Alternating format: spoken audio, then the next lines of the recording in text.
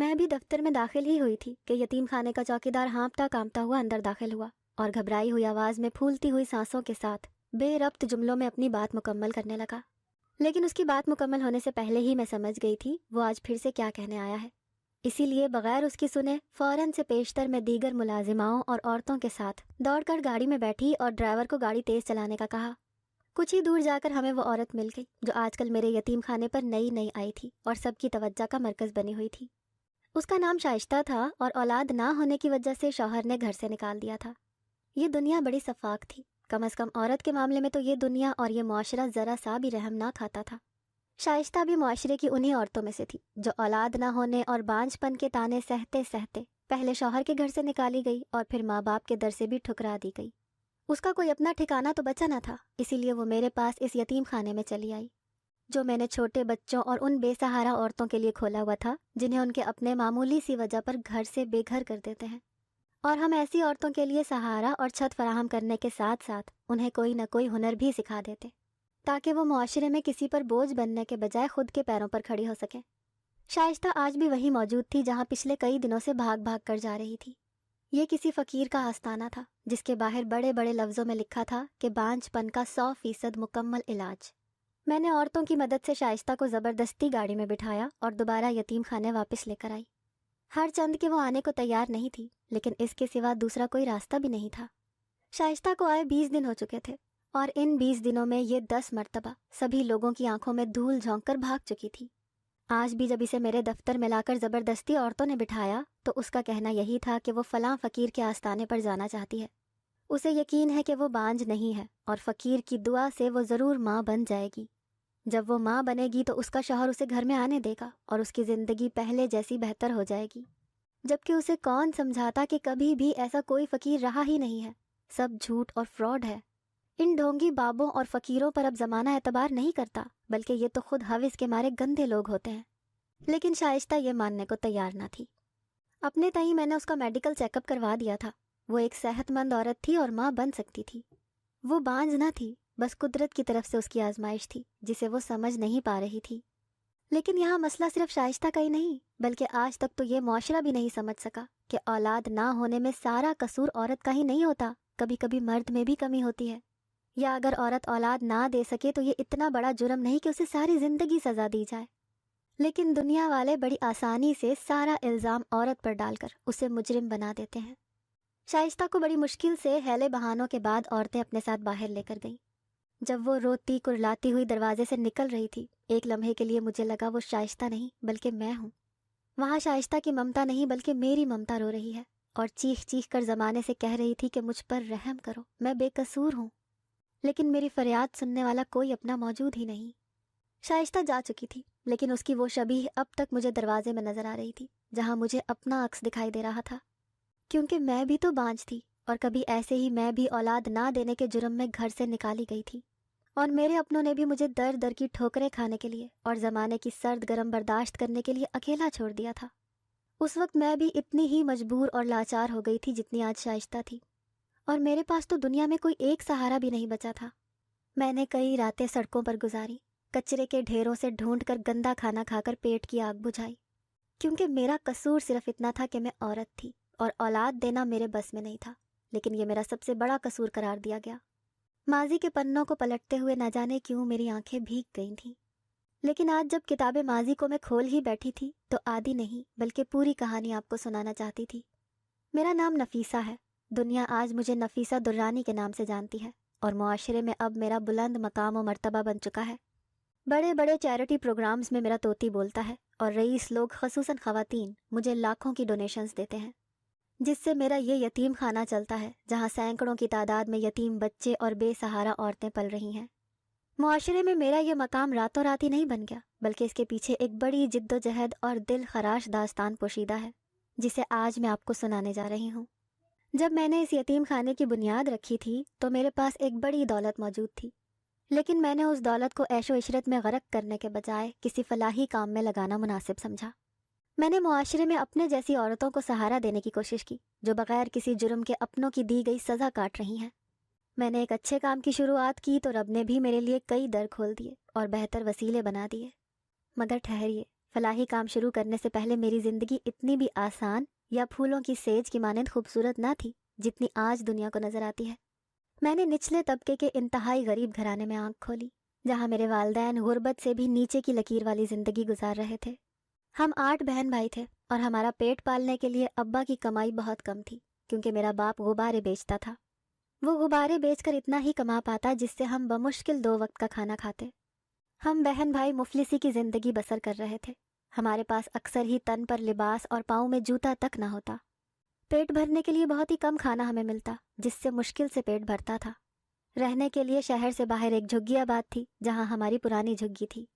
جب بارش کا موسم آتا تو اکثر ہی جھگی کی چھت ٹپکنے لگتی، اور تیز طوفان آتا تو جھگی کی چھت بھی ہم پر نہ رہتی، اور ہم کئی مہینے کھلے آسمان تلے گزارنے پر مجبور ہو جاتے۔ جب میری عمر 16 سال ہوئی تو ابا نے فیصلہ کیا کہ اب مجھے بھی کام کرنا ہوگا۔ یوں میں نے بھی چوڑیاں بیچنا شروع کر دی۔ میں اپنے ابا کے ساتھ ہی صبح سویرے گھر سے چوڑیوں کی گٹھری سر پر اٹھائے نکلتی اور رات کو ہی لوٹتی۔ ہم دن بھر گلی محلے میں گھوم پھر کر یہ سب چیزیں بیچتے اور شام کے بعد سڑکوں پر گاڑیوں کے ہجوم میں بھی بیچتے۔ دن یوں ہی گزر رہے تھے۔ گھر کے حالات کچھ بہتر ہو گئے تھے۔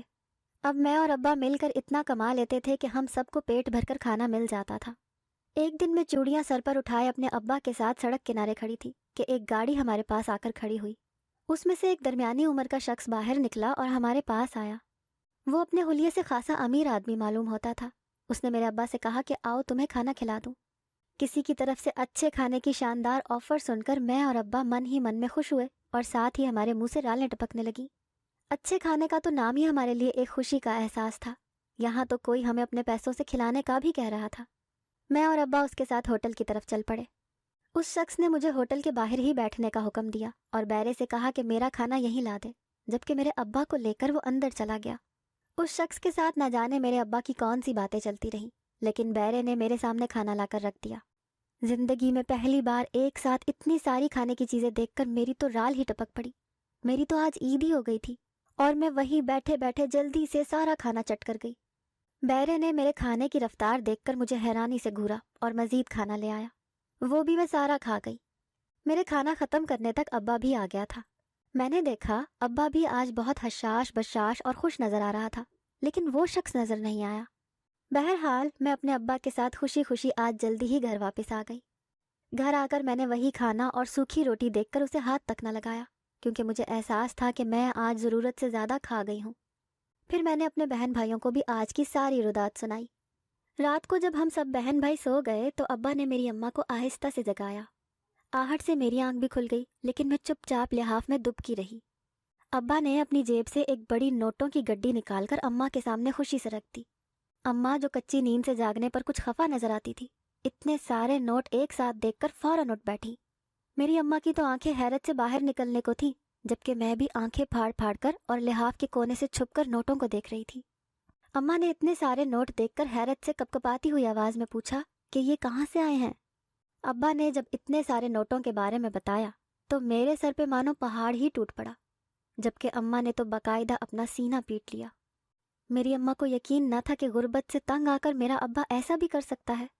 دراصل میرے ابا نے مجھے چند لاکھ کے عوض اس آدمی کو بیچ دیا تھا جس نے دن کو ہمیں اتنا اچھا کھانا کھلایا تھا۔ میری ماں اس پر راضی نہ ہوئی۔ بے شک وہ غریب تھی، لیکن سینے میں ایک دل اور اس میں اولاد کی ممتا رکھتی تھی، اور اسے احساس تھا کہ ایک کم عمر لڑکی اتنے زیادہ بڑی عمر کے شخص سے بیاہنا غلط ہے اور اپنی اولاد کے ساتھ ظلم ہے۔ میری ماں نے ابا کو خوب باتیں سنائی کہ کیسا باپ ہے جس نے بیٹی کا ہی سودا کر لیا، دنیا والے کیا کہیں گے۔ لیکن ابا نے اماں کی ایک نہ سنی اور دھمکی دی کہ اگر اس نے یہ شادی نہ ہونے دی تو پھر ابا اماں کو بھی طلاق دے دے گا۔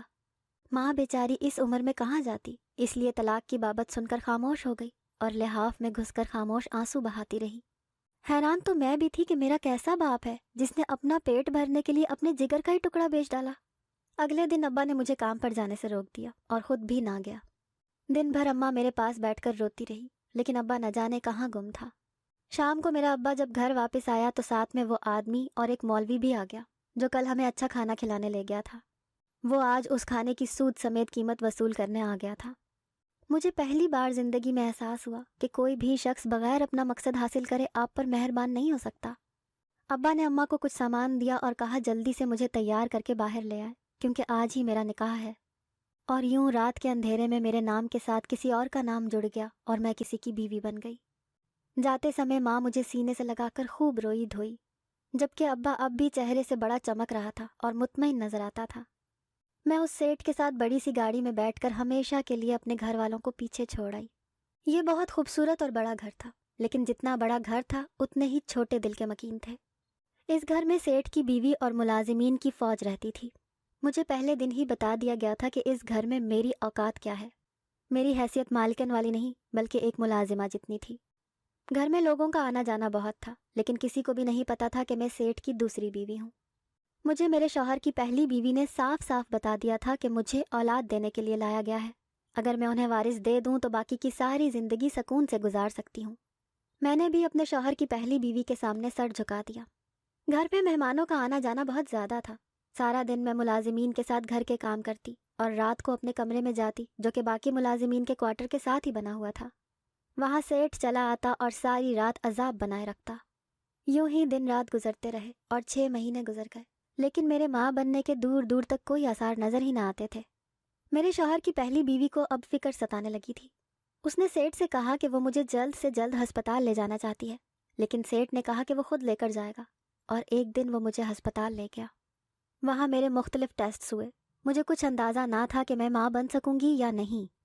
جب میں لیبارٹری سے ٹیسٹ کروا کر نکل رہی تھی تو میں نے اپنے شوہر کو دیکھا۔ وہ باہر کھڑا ڈاکٹر سے کچھ بات کر رہا تھا۔ اس کے چہرے سے فکر مندی اور پریشانی کے تاثرات نظر آتے تھے۔ بہرحال ہم چپ چاپ گھر آ گئے۔ راستے میں میرا دل چاہا کہ میں اپنا بیویوں والا حق جتاتے ہوئے اس سے پوچھوں کہ ڈاکٹر نے کیا کہا، لیکن ساتھ ہی میرے دماغ میں یہ سوچ آ گئی کہ جس شخص نے پچھلے 7 مہینوں میں یہ حق نہ دیا اور ایک ملازمہ کا درجہ دیا، وہ اب کیوں میری سنے گا؟ جب میں گھر آ کر اپنے کمرے میں گئی تو تھوڑی ہی دیر بعد میری سوتن دندناتی ہوئی میرے سر پر پہنچ گئی اور مجھ پر لاتوں اور تھپڑوں کی بوچھاڑ کر دی۔ اسی کی زبانی مجھے پتا چلا کہ میں بانجھ ہوں۔ اپنے متعلق یہ سن کر میں یقین ہی نہ کر سکی۔ میں نے رو رو کر اس کی منتیں کی کہ مجھ پر رحم کھائے۔ وہ رب بڑا رحیم ہے، ڈاکٹروں کی کیا مجال اس کی رحمت کے سامنے، تم تھوڑا صبر تو کرو۔ لیکن اسے یہ دکھ کھائے جاتا تھا کہ ایک خطیر رقم میرے باپ کو دے کر بانجھ عورت بیال آئی ہے۔ آخر مجھ سے بھی نہ رہا گیا اور میں نے بھی چیخ کر اسے کہا کہ اگر تم اتنی ہی طاقت والی ہو تو خود کیوں نہیں بچہ پیدا کر لیتی؟ خود بانجھ ہو کر دوسری عورت کا دکھ نہیں سمجھتی؟ میرا تانا اس کے منہ پر تماچے کی مانند لگا تھا۔ ساتھ ہی میرے شوہر کی بھی نام نہاد غیرت جاگ گئی۔ اس نے مجھے بازو سے پکڑ کر گھر سے باہر نکال دیا۔ میں نے خوب گڑ گڑا کر معافیاں مانگی، منت سماجت کی کہ مجھے مت نکالو۔ یہاں سے نکل کر میں کہاں جاؤں گی؟ میرا تو اس شہر میں مزید کوئی ٹھکانہ بھی نہیں اور نہ میں کسی کو جانتی ہوں۔ لیکن میری فریاد کسی نے نہ سنی۔ آخر وہاں سے اٹھ کر میں چلی آئی۔ میں اپنے گھر جانا چاہتی تھی، لیکن مجھے کچھ پتہ نہ تھا کہ میرا گھر کہاں ہے۔ میں نے کئی راتیں سڑک پر گزاری اور کوڑے کے ڈھیر سے ڈھونڈ ڈھونڈ کر گندی گلی سڑی خوراک سے اپنا پیٹ بھرا۔ آخر مجھے خیال آیا کہ مجھے اب ملازمت ڈھونڈنی چاہیے۔ میں مزید ایسے نہیں رہ سکتی۔ میں دن رات کام کی تلاش میں ماری ماری پھرتی۔ آخر ایک دن تھک ہار کر جب میں ایک ہسپتال کے باہر بیٹھی ہوئی تھی، وہاں سے ایک شخص کا گزر ہوا۔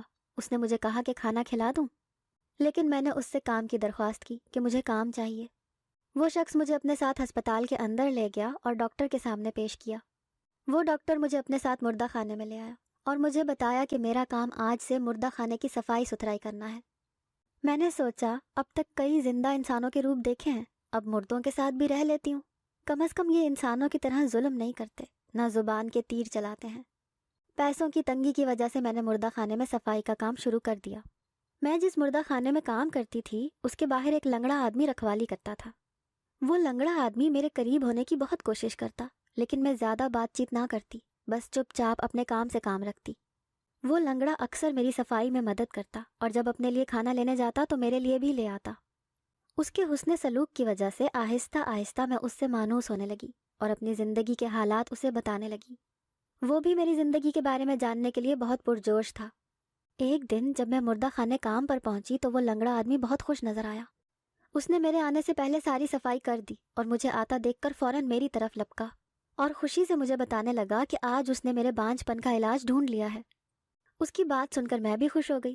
میرے دل میں ایک امید سی جاگی کہ اگر اولاد ہو گئی تو میرا شوہر مجھے قبول کر لے گا، کیونکہ میں اب بھی اس کی بیوی تھی۔ میں نے اس سے پوچھا کہ وہ مجھے جلدی سے علاج بتائے۔ اس نے کہا کہ ہر مہینے اس مردہ خانے کے باہر ایک فقیر آتا ہے بہت سی عورتیں اس کے پاس جاتی ہیں، اس کے عمل سے عورتیں حاملہ ہو جاتی ہیں۔ میں نے کہا کہ مجھے بھی اس فقیر سے ملوا دو، لیکن لنگڑا آدمی کہنے لگا کہ وہ مجھے خود اس کے پاس لے کر جائے گا، اس نے فقیر سے بات کر لی ہے۔ میں اس کی بات سن کر خوش ہوئی اور اگلے دن لنگڑے آدمی کے ساتھ فقیر کے آستانے پر جا پہنچی۔ یہ نہایت ہی ویران جگہ تھی، جسے دیکھ کر ایک لمحے کے لیے میرا دل خوف زدہ ہو گیا۔ آبادی سے دور ویرانے میں ایک مکان بنا ہوا تھا۔ میرے دل کو خوف میں مبتلا کرنے کے لیے یہ کافی تھا، لیکن اگلے ہی لمحے بچے کی خواہش اور اپنے گھر واپس جانے کی سوچ خوف پر غالب آ گئی اور میں لنگڑے آدمی کے ہمراہ اندر چلی گئی۔ سامنے ہی گندا سا چولا پہنے ایک ادھیڑ عمر شخص بیٹھا تھا۔ اس کی داڑھی اور بالوں کی حالت دیکھ کر لگتا تھا کہ وہ کئی ہفتوں سے نہایا دھویا نہیں ہے۔ جس جگہ وہ بیٹھا تھا وہاں کی بھی کچھ خاص صفائی نہ تھی۔ اس فقیر کی آنکھیں بند تھیں، میں اس کے سامنے ہی زمین پر بیٹھ گئی۔ اس نے چند لمحے بعد اپنی آنکھیں کھول کر میری جانب دیکھا تو اس کی آنکھوں کی سرخی دیکھ کر میں ڈر گئی۔ وہ میری آنکھوں میں دیکھ کر مکروا مسکراہٹ کے ساتھ منہ ہی منہ میں کچھ بڑبڑایا اور مجھے اندر جانے کا حکم دیا۔ میں جو پہلے ہی خوفزدہ ہو چکی تھی، اندر جانے کا سن کر مزید سہم گئی، لیکن لنگڑے آدمی کی حوصلہ افزائی کی وجہ سے میں کمرے میں اکیلی چلی گئی۔ وہ کمرہ خالی تھا، البتہ دیوار میں ایک تجوری بنی ہوئی تھی۔ اتنے بڑے کمرے کو خالی رکھنا اور صرف ایک تجوری بنانا مجھے بہت عجیب لگا۔ میں وہاں پتہ نہیں کتنی دیر بیٹھی رہی۔ کافی دیر بعد وہ بوڑھا فقیر کمرے میں داخل ہوا۔ اس کے چہرے پر پراسرار مسکراہٹ تھی، جسے دیکھ کر میں دل ہی دل میں گھبرا رہی تھی۔ اس بوڑھے نے میرے قریب آ کر چند لمحے سر تا پیر مجھے گھورا اور پھر مجھ سے مخاطب ہوا۔ اگر میں اس کے کہے پر عمل کرتے ہوئے 3 دن تک لگاتار یہاں آؤں گی تو میری گود ہری ہو جائے گی۔ اس کی بات پوری ہونے سے پہلے ہی میں نے حامی بھر لی، لیکن اگلے ہی لمحے میری روح تڑپ گئی جب اس نے مجھے یہ کرنے کا کہہ دیا کہ مجھے ابھی کے ابھی بے لباس ہونا ہے۔ مجھے ایک دم سے اس کی آنکھوں میں ہوس نظر آنے لگی اور میں سمجھ گئی کہ اس کا اصل مقصد کیا تھا۔ میں لاکھ اولاد کی خواہش رکھتی تھی، لیکن مجھے اپنی عزت بھی پیاری تھی۔ میں بری عورت نہیں تھی، اسی لیے میں نے ایسا کرنے سے انکار کر دیا، جس پر وہ بوڑھا فقیر طیش میں آ گیا۔ اس نے مجھے غصے میں بتایا کہ اب میں یہاں سے نہیں جا سکتی کیونکہ وہ میری قیمت ادا کر چکا ہے۔ اس کی یہ بات سن کر تو گویا میرے سر پر چھت ہی گر گئی، یعنی وہ لنگڑا آدمی جسے میں اپنا ہمدرد سمجھ بیٹھی تھی، وہ بھی میری بولی لگا چکا تھا۔ لیکن اب جو بھی کرنا تھا مجھے ہی کرنا تھا۔ میں اس طرح خود کے ساتھ زیادتی نہیں ہونے دے سکتی تھی۔ میں ہار ماننے والوں میں سے نہ تھی، اس لیے میں نے اسے کہا کہ میں یہ نہیں کروں گی اور اس کی جو بھی رقم ہے وہ میں لوٹانے کو تیار ہوں۔ مگر وہ ہوس کا مارا ہوا انسان نہ جانے کس نشے میں تھا کہ اگلے ہی لمحے مجھ پر جھپٹ پڑا۔ میں نے بھی حاضر دماغی سے کام لیتے ہوئے پھرتی دکھائی اور ایک لات بوڑھے کے پیٹ میں رسید کرتی۔ درد کی شدت سے بوڑھا بلبلا اٹھا۔ یہی موقع تھا کہ میں نے باہر کی طرف دوڑ لگا دی، لیکن سامنے سے آتے ہوئے اس کے چیلے سے ٹکرا گئی۔ بوڑھے کا ملازم کم عمر لڑکا تھا۔ اس نے صورتحال بھانپتے ہوئے مجھے کلائی سے پکڑ کر اندر کی طرف پھینک دیا۔ میرا سر ایک لمحے کے لیے چکرا کر رہ گیا، لیکن ساتھ ہی مجھے اپنے لباس میں چھپے ہوئے اس چاقو کا خیال آیا جو میں ہمیشہ اپنی حفاظت کے لیے اپنے پاس چھپا کر رکھتی تھی۔ میں نے فوراً چاقو پر اپنی گرفت مضبوط کر لی، اور جیسے ہی ایک مرتبہ پھر سے بوڑھا مجھ پر حملہ کرنے ہی والا تھا کہ میں نے جھٹ سے چاقو نکال کر اس کی نوک بوڑھے کی بازو میں گاڑ دی۔ بوڑھا درد کی شدت سے دھاڑنے لگا۔ خون کی ایک تیز دھار فقیر کے بازو سے بہنے لگی، لیکن میں یہیں پر ہی رکنے والی نہ تھی۔ نہ جانے یہ فقیر کے روپ میں کتنی عورتوں کی عزتیں خراب کر چکا تھا۔ میں نے اگلا وار اس کے دل پر کیا، جو کاری ثابت ہوا اور بوڑھے نے وہیں دم توڑ دیا۔ وہ لڑکا جو ایک طرف کھڑا یہ سب تماشا دیکھ رہا تھا، میرے سامنے ہاتھ جوڑ کر زندگی کی بھیک مانگنے لگا۔ اس نے مجھے کہا کہ اگر میں اسے جانے دوں تو وہ بوڑھے کی ساری دولت میرے حوالے کر دے گا۔ میں نے اس کی شرط مان لی۔ لڑکے نے ایسا ہی کیا اور اگلے ہی لمحے دیوار میں بنی ہوئی وہی تجوری میرے سامنے کھول کر رکھ دی۔ وہ تجوری قیمتی زیورات اور دولت سے لدی ہوئی تھی جو بوڑھے نے وقتاً فوقتاً فقیر کے روپ میں عورتوں سے لوٹی تھی۔ میں نے وہ سارے زیورات اور رقم تھیلے میں بھرنے کا حکم دیا۔ جب اس نے تھیلا بھر کر میرے حوالے کیا تو میں اس لڑکے کو وہیں بند کر کے خود گھر سے باہر نکل آئی۔ ویران علاقے میں بنے اس مکان کو میں نے بند کر دیا اور لڑکے کی جان بخش دی۔ اب وہ یہاں سے نکلنے کا راستہ خود تلاش کرے گا یا پھر یہیں بھوکا پیاسا رہ کر ختم ہو جائے گا۔ میرا رخ اب سیدھا بس کے اڈے کی طرف تھا۔ میں اس شہر سے بہت دور جا رہی تھی۔ میرے ہاتھ میں پکڑی ہوئی دولت پر مجھ جیسی ہی عورتوں کا حق تھا۔ میں نے انسانوں کے اتنے روپ دیکھ لیے تھے کہ اب زندگی گزارنا میرے لیے مشکل نہ تھی۔